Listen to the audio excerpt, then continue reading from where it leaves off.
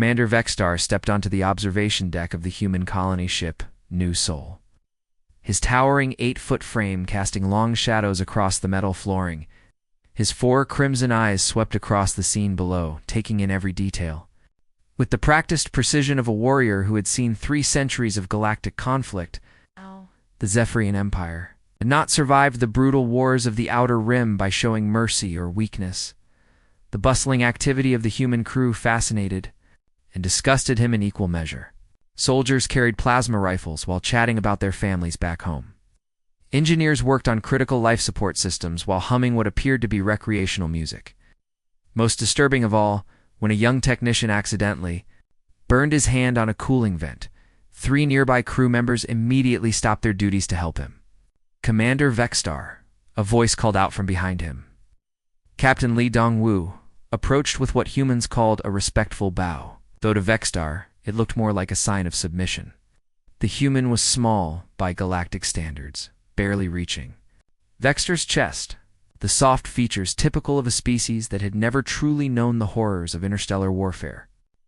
"Welcome to our Outer Rim colony of Hanzun Prime," Li continued, his voice carrying an odd warmth that Vexstar found unsettling. "We're honored to have such a distinguished military commander evaluating our capabilities." Vexstar's mandibles clicked together in what passed for acknowledgement among his people. The sound was sharp and mechanical, like the snap of metal on metal. He had received the human's desperate plea for alliance against the consuming horde just 3 rotations ago. The parasitic alien species had already devoured 17 inhabited systems, leaving nothing but stripped planets and floating debris. Where thriving civilizations once existed, the humans claimed they could contribute to the resistance effort. But Vexstar remained skeptical. These soft creatures had barely achieved faster-than-light travel 50 years ago. While his people had been perfecting the art of warfare for millennia, their primitive technology and emotional decision-making would likely prove more hindrance than help. "Your military capabilities require thorough assessment," Vexstar stated, his voice carrying the cold authority of someone accustomed to absolute obedience. "The consuming horde shows no mercy to the weak or unprepared. Below them, human soldiers were moving heavy equipment from one section of the hangar to another. What should have been a swift, efficient operation had devolved into something resembling chaos. The humans laughed at each other's jokes, paused to help struggling comrades, and showed visible concern when someone sustained even minor injuries. To Vexstar's trained eye, it looked like a recipe for disaster. "Certainly, Commander," Li replied, seemingly oblivious to Vexstar's disapproval. "Lieutenant Park Ji-hai has prepared comprehensive demonstrations of our defensive systems and combat readiness protocols." A young human female approached them, her black hair pulled back in a regulation military style. Despite her crisp uniform, she carried herself with the same casual demeanor that seemed to infect all human military personnel. Lieutenant Park Ji-hai saluted both officers before speaking. "Sir, we've prepared full tactical simulations in Hangar Bay 7, she reported.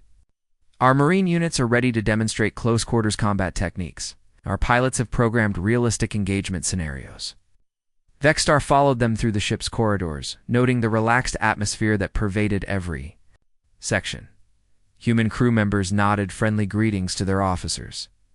A breach of protocol that would result in severe punishment in the Zephyrian military. Worse still, he observed several instances where higher-ranking personnel actually asked for their subordinates' opinions on tactical matters. The war games began in earnest, and Vexstar positioned himself at the observation platform to analyze human combat effectiveness.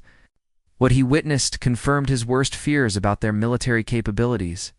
Human formations were loose and adaptive, rather than rigid and predictable. Their communication channels buzzed with constant chatter about enemy positions, ammunition, status, and casualty reports.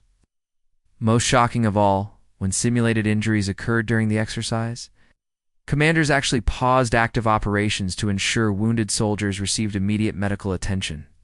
"Fascinating approach," Vexstar commented dryly as he watched a human squad leader risk his entire unit's position to rescue a single fallen soldier. In real combat, such sentiment would result in total mission failure.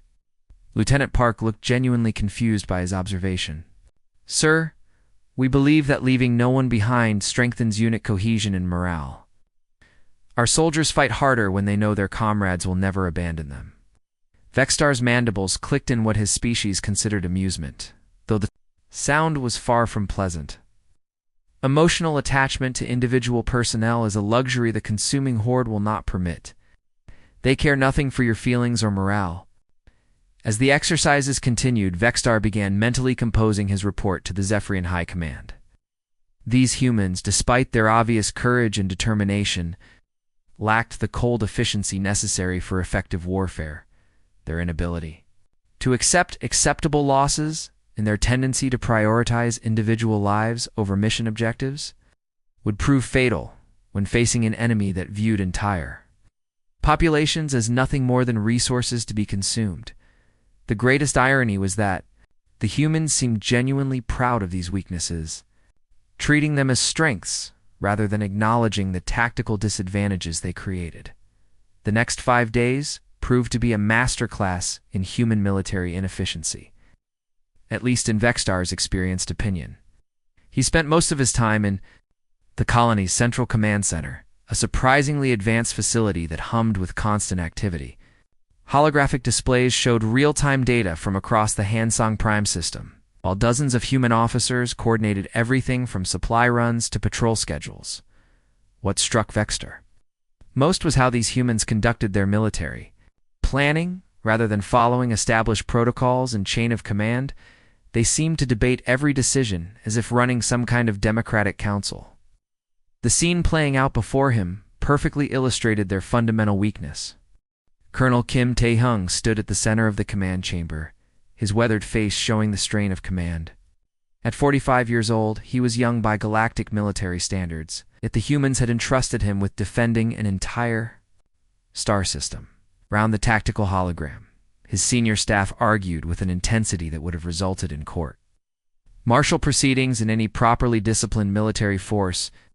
"We can't abandon the outer settlements," Major Choi Minho insisted, his voice rising with emotion as he slammed his fist down on the tactical display.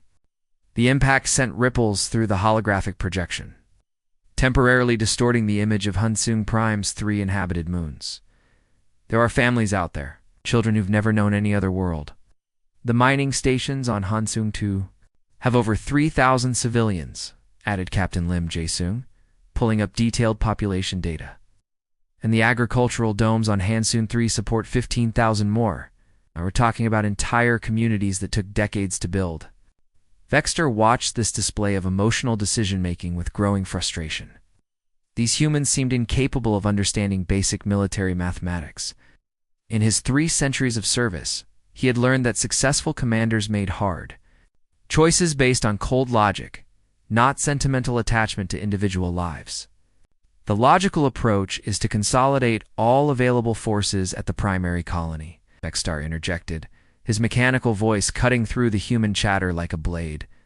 "Acceptable losses in the outer settlements preserve the majority of your population. Basic tactical doctrine dictates that you cannot defend everything effectively." The command center fell silent. Every human officer turned to stare at him with expressions that Vextar found impossible to interpret. Their faces showed something his species rarely displayed in military situations, what appeared to be genuine shock and perhaps disappointment. Lieutenant Song Hai-jin, the young communications officer, spoke quietly from her position at the sensor array. "Commander, we don't consider any losses acceptable when we have the ability to prevent them. Every person in this system chose to make their home here. They trusted us to protect them." "Sentiment is a luxury in warfare," Vextar replied, his mandibles clicking with irritation. "Consuming horde cares nothing for your emotional attachments. It will exploit such weakness without hesitation." Colonel Kim studied the alien commander for a long moment before responding. "Perhaps that's exactly why we need to be different from them. If we abandon our principles to fight monsters, what stops us from becoming monsters ourselves? Such naive idealism would doom them all." Vextar retreated to his assigned quarters and began composing his preliminary report to the Zephyrian High Command. The words flowed easily as he documented observation after observation of human military incompetence. Asterisk. human military forces demonstrate fundamental lack of necessary detachment for effective warfare. Emotional decision-making consistently compromises tactical efficiency. Command structure allows junior officers to question superior orders. Resource allocation prioritizes civilian welfare over military preparedness. Alliance not recommended. Asterisk 3 days later. Long-range sensors detected the first signs of consuming horde activity at the edge of the system. Vexstar expected the humans to finally display some military pragmatism, perhaps using the approaching threat to justify consolidating their scattered forces. Instead, he witnessed something that defied all logic. The moment Colonel Kim confirmed the sensor readings, every available ship in the human fleet launched into frenzied activity. But rather than forming defensive battle lines or fortifying strategic positions, they immediately began the largest civilian evacuation operation Vexstar had ever witnessed. From his position on the command bridge, Vexstar watched through the main viewports as transport ships, cargo haulers, and even modified passenger liners streamed toward the outer settlements. Captain Lee Dong-woo personally supervised the loading operations at the primary spaceport, ensuring that elderly citizens and families with young children boarded the evacuation ships first. Your enemy approaches with superior numbers and devastating firepower, Vexstar observed, his 4 eyes tracking the organized chaos below. Yet you weaken your defensive position by dispersing resources and personnel across multiple evacuation zones. This tactical decision makes no strategic sense. Sergeant Yoon Seojin looked up from his weapon systems diagnostic, his hands steady, despite the approaching danger. We strengthen our resolve, Commander. Every life we save is a victory they can't take from us, regardless of what happens in the battle to come.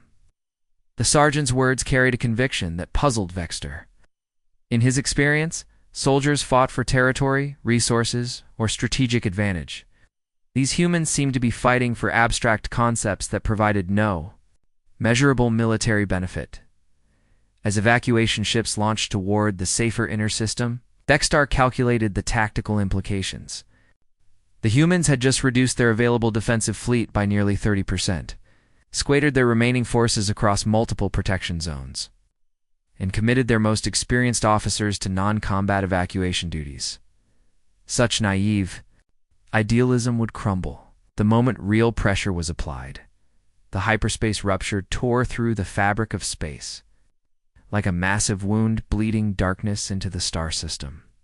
Vexstar had witnessed countless fleet arrivals during his 3 centuries of military service, but nothing had prepared him for the sheer horror of what emerged from that dimensional tier. The rupture itself pulsed with an organic rhythm, as if the very gateway was alive and breathing. First came the scout vessels, sleek biomechanical horrors that looked more like giant insects than spacecraft. Their hulls glistened with a wet organic sheen that reflected the system's star in nauseating patterns. Each scout ship was roughly the size of a human frigate, but they moved with the fluid grace of living creatures rather than the mechanical precision of traditional starsh. Then the main fleet began pouring through. Vexstar.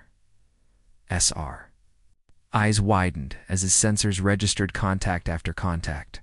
Hundreds of consuming horde vessels of every conceivable size and configuration merged from hyperspace in a coordinated swarm that defied military logic.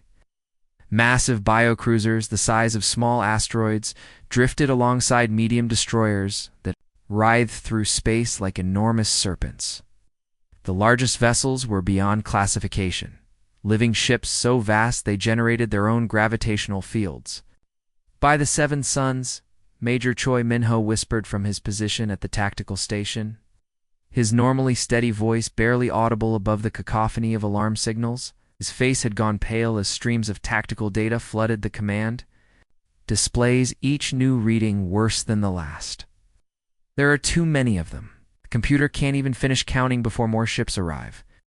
The main tactical display struggled to process the incoming data, with red enemy contacts appearing faster than the system could catalog them. Conservative estimates put the Horde fleet at over 400 vessels, but new ships continued emerging from the hyperspace rupture every few seconds.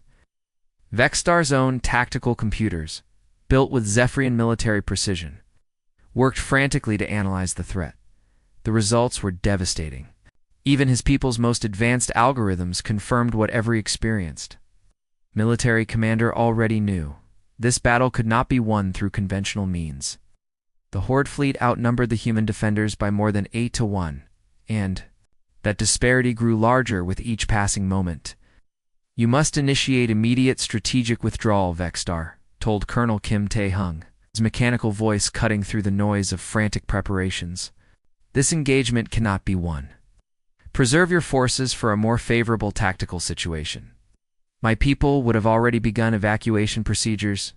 Kim's jaw tightened as he studied the tactical display, his experienced eyes taking in every detail of the approaching nightmare. Sweat beaded on his forehead, but his voice remained steady when he spoke. "We're not running from our home, Commander. These people trusted us to protect them." "Your home will be consumed within hours," Vexstar pressed, frustration bleeding into his voice. "Ow." "The Horde strips entire planets bare of organic matter. Logic demands tactical withdrawal to preserve military assets for future operations." "Logic can go to hell," Captain Lee Dongwu interrupted, his words carrying a fierce determination as he sealed the clasps on his combat armor. The lightweight human battlesuit looked primitive compared to Zephyrian military technology, but the captain wore it with the confidence of a veteran warrior. "Lieutenant Park, signal all units across the fleet. We make our stand here and now, Lieutenant." Park Jie's fingers flew over her communication console with practiced efficiency, her voice projecting calm authority despite the chaos surrounding them. "All ships, all stations, this is command control. Hold your positions and maintain defensive formations. Priority 1 is protecting the evacuation transports at all costs. No retreat, no surrender." Vexstar watched in complete amazement as the human fleet responded to the impossible odds. Not with panic or strategic withdrawal, but with grim determination. Not a single human vessel moved to retreat despite facing certain destruction. Instead, they reformed their scattered formations into tight defensive screens around the fleeing civilian ships, deliberately placing themselves between certain death and innocent lives. The human fleet consisted of only 47 combat vessels, ranging from massive battle cruisers down to small patrol craft that should have been running support missions rather than facing an invasion fleet. Yet every single ship moved into position without hesitation, their crews accepting a mission that military mathematics said was suicide. "Captain Bay." Sungmin's voice crackled over the communication channels from the destroyer Guangzhou's Hammer. "Command, this is Bay. My ship is positioned to screen evacuation route Alpha 7. We've got families on those transports, including my own daughter. Nobody gets through us."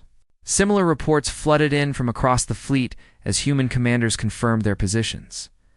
The frigate Dagu's Pride took point position in the most dangerous sector. The cruiser Inchin's Defiance moved to protect the largest concentration of evacuation ships. Even the small patrol craft Jeju's Hope positioned itself to guard a group of medical transports carrying wounded civilians. Vexstar realized he was witnessing something beyond conventional military doctrine. These humans weren't just following orders or maintaining formation out of discipline. They were choosing to face annihilation because the alternative meant abandoning people they had sworn to protect. The first wave of Horde bioships struck the outer defensive perimeter like a living avalanche of teeth and claws, and the real battle began. What Vexstar witnessed in the following hours completely shattered everything he thought he knew about warfare and the limits of what intelligent beings could accomplish when pushed beyond their breaking point. The human frigate Bazan's Pride had taken devastating damage during the first wave of the Horde assault. Multiple hull breaches vented precious atmosphere into the void of space, creating ghostly trails of frozen air that sparkled in the starlight. Emergency lights flickered across the ship's damaged hull, and Vexstar sensors detected critical failures in the vessel's life support systems. Any rational commander would have ordered immediate retreat to preserve the ship and crew. Instead, Captain Park Hyen-woo made a decision that defied every principle of military logic. His voice crackled over the communication channels, calm despite the chaos surrounding his dying ship. "Command, this is Bazan's Pride. We've lost main engines and life support is failing. We've still got one good ram left in us. Vextar watched in disbelief as the crippled frigate changed course, its remaining thrusters pushing the vessel toward a horde biocruiser that was 3 times its size. The alien vessel looked like a massive organic cathedral, its hull pulsing with veins of bioluminescent fluid that powered its living weapon systems. The biocruiser's sensor arrays tracked the approaching human ship, but its commander seemed unable to comprehend the suicidal nature of the attack. Hassan's pride, you are ordered to withdraw immediately. Colonel Kim's voice boomed over the fleet communication network. Repeat, withdraw to safety zone. Negative, Command, Captain. Park replied, his words carrying the weight of absolute finality. We've got 137 souls aboard this ship, and we're going to make them count. Let's tell our families we chose to go out fighting.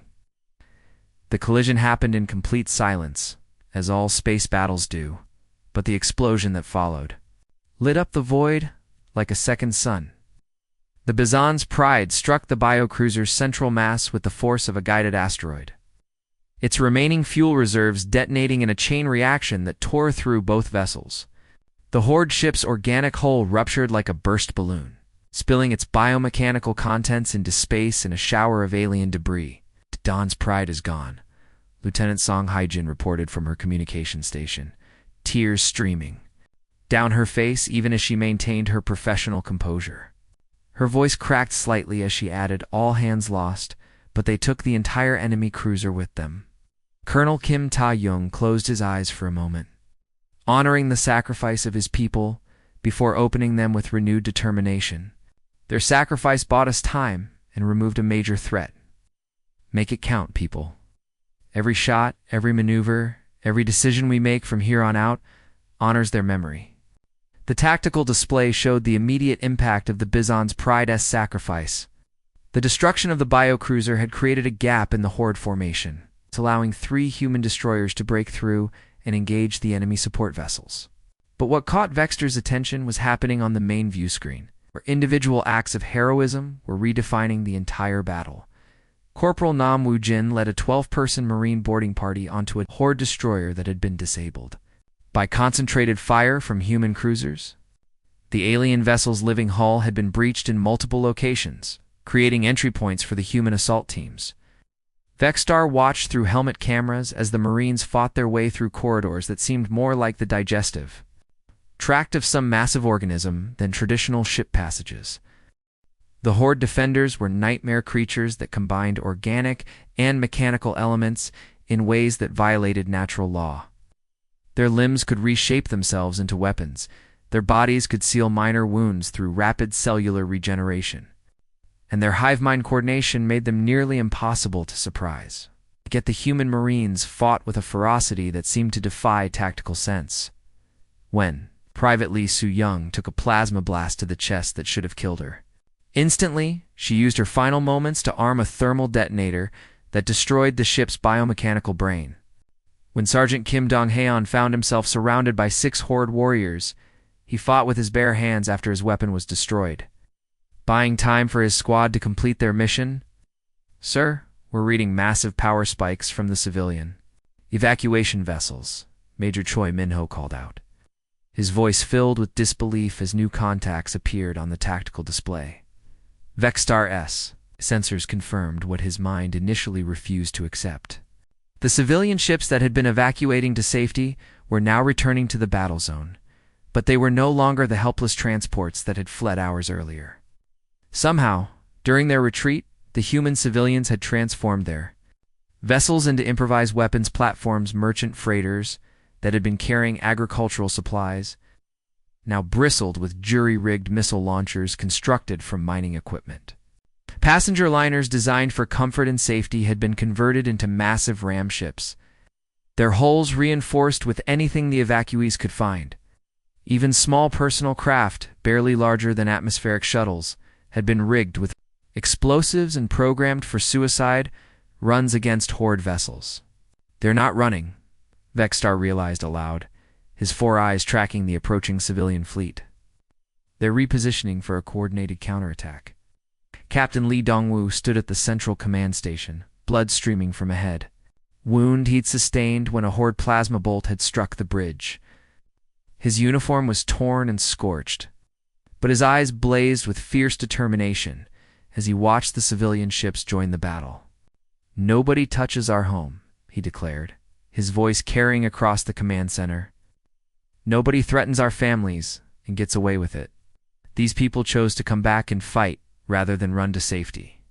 That's who we are." The tide of battle began to shift as human forces unleashed something Vexstar had never witnessed in 3 centuries of warfare. This wasn't combat driven by logic, strategy, or even survival instinct. This was warfare powered by absolute refusal to yield, by concepts his people barely understood but humans seemed to embody naturally. They fought for love of family, hope for the future, and the simple right to exist free from the terror of being consumed by an alien horror that viewed them as nothing more than organic resources to be harvested. When the last consuming horde bioship disappeared into the swirling vortex of hyperspace, leaving behind only the fading energy signature of its retreat, Vexstar found himself standing in the smoking ruins of everything he had believed about warfare, strategy, and the very nature of what it meant to fight for survival. The command center of the human flagship bore the scars of the brutal 8-hour battle. Sparks still flew from damaged control panels. Emergency lighting cast eerie shadows across the walls, and the acrid smell of burned electronics mixed with the metallic taste of recycled air that had been contaminated by hull breaches. Medical teams moved through the space with practiced efficiency, tending to wounded officers who refused to leave their posts even as bandages. Soaked through with blood, Vexstar's tactical computers continued their relentless analysis of the battles. Aftermath, and the numbers they generated, should have represented complete military disaster. Human losses were catastrophic by any reasonable tactical measure. Over 40% of their combat personnel were dead, wounded, or missing. 28 of their 47 warships had been completely destroyed, while another 15 were so badly damaged they would require months of repair work to return to service. The debris fields surrounding Hansoon Prime told the story of unprecedented destruction. Twisted metal from human vessels drifted alongside the organic remains of horde bioships, creating a graveyard that stretched across millions of cubic kilometers of space. Rescue shuttles moved through the wreckage like mechanical angels, searching for survivors in the few intact life pods that had managed to escape the carnage. Yet somehow, possibly, they had achieved what Vexstar's 3 centuries of military experience said was absolutely impossible. They had broken a consuming horde invasion force that outnumbered them 8-1, forcing the aliens to retreat from a system they should have consumed within hours. "Out, Vexstar?" asked Colonel Kim Tae-young, his mechanical voice barely audible above the sounds of ongoing rescue operations. The human commander stood near the main view screen, despite having his left arm immobilized in a medical sling. Watching as recovery teams continued pulling survivors from the wreckage, by all mathematical calculations, every strategic analysis, every tactical simulation my people have ever conducted, you should have been completely defeated within the first 2 hours of engagement. Kim was quiet for a long moment, his eyes reflecting the distant explosions as salvage crews detonated unstable fuel cells in the debris field. When he finally spoke, his voice carried the weight of someone who had seen too much death and destruction in a single day, but had somehow found meaning in the midst of that horror. "Because we weren't fighting for victory in the traditional sense, Commander," he said softly. "We were fighting for the right to keep existing as free people. There's a profound difference between those two concepts that your tactical computers can't quantify." Lieutenant Park Ji-hai looked up from her coordination station, where she was managing the complex logistics of search and rescue operations across 17 different sectors of the debris field. Her uniform was stained with blood from a scalp wound, but her hands remained steady as she directed medical ships to areas where life signs had been detected. "Every person we saved, every evacuation ship that made it to safety, every extra moment we bought for families to escape, that's what victory looks like to us," she added, her voice carrying quiet conviction. "The Horde came here expecting to harvest resources from a helpless population. Instead, they encountered people willing to die rather than be consumed. That's not a calculation they were prepared for. Vextar began to understand something that his species' cold military logic had never accounted for in their strategic planning. His people fought wars like complex mathematical equations, analyzing variables and solving for optimal outcomes based on resource allocation, acceptable loss ratios, and strategic advantage. Success was measured in territory gained, enemy assets destroyed, and objectives achieved with minimal cost. But humans fought wars like they lived their daily lives, with every fiber of their being committed to the struggle, holding nothing back in reserve, transforming individual weakness into collective strength through emotional bonds that his species couldn't fully comprehend. Their victory wasn't measured in ships destroyed or tactical positions held, but in the simple fact that their people remained free to choose their own destiny. The proof of this fundamental difference was evident throughout the command center. Wounded officers insisted on remaining at their posts to coordinate rescue operations rather than seeking medical treatment. Engineering crews worked around the clock to restore power to damaged sections where survivors might be trapped. Even civilian volunteers had returned from the supposed safety of the inner system to assist with recovery efforts. Bringing their own ships and equipment to help save people they had never met, Captain Li Dongwu approached Vextar's position. Near the tactical display, his uniform torn and scorched from the battle, but his eyes bright with a determination that seemed to burn even brighter in the aftermath of their impossible victory. Despite his obvious exhaustion and the bandage wrapped around his head, he moved with the confident stride of someone who had discovered something profound about himself and his people. "Commander," he said, extending his hand in the human gesture of respect and friendship, "will the Zephyrian Empire stand with us when the Horde returns? Because they will return, probably with an even larger fleet, and we'll need every ally we can find." Vextar looked at the offered hand for a moment before clasping it with his own multi-jointed appendage. Then he activated his personal communication.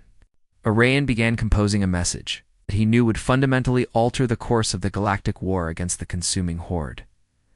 Asterisk. To Zephyrian High Command. Priority Alpha Classification. Immediate alliance with human forces strongly recommended. These beings do not merely wage conventional warfare, they transcend it, through means our tactical doctrine cannot adequately explain. They fight not as professional soldiers following military protocol, but as something far more dangerous to their enemies. They fight as beings who are truly, completely alive. Asterisk, as he transmitted the message that would bring the full military might of the Zephyrian Empire into alliance with humanity. Vextar realized that the humans had given him something more valuable than just a new tactical perspective on warfare. They had shown him what it meant to fight, not just for survival, but for the right to live with purpose, meaning, and hope for the future. In doing so, they had revealed a fundamental truth that would reshape his understanding of what intelligent life could accomplish when it refused to accept defeat. The humans hadn't just won an impossible battle. They had shown the galaxy what it meant to be truly alive,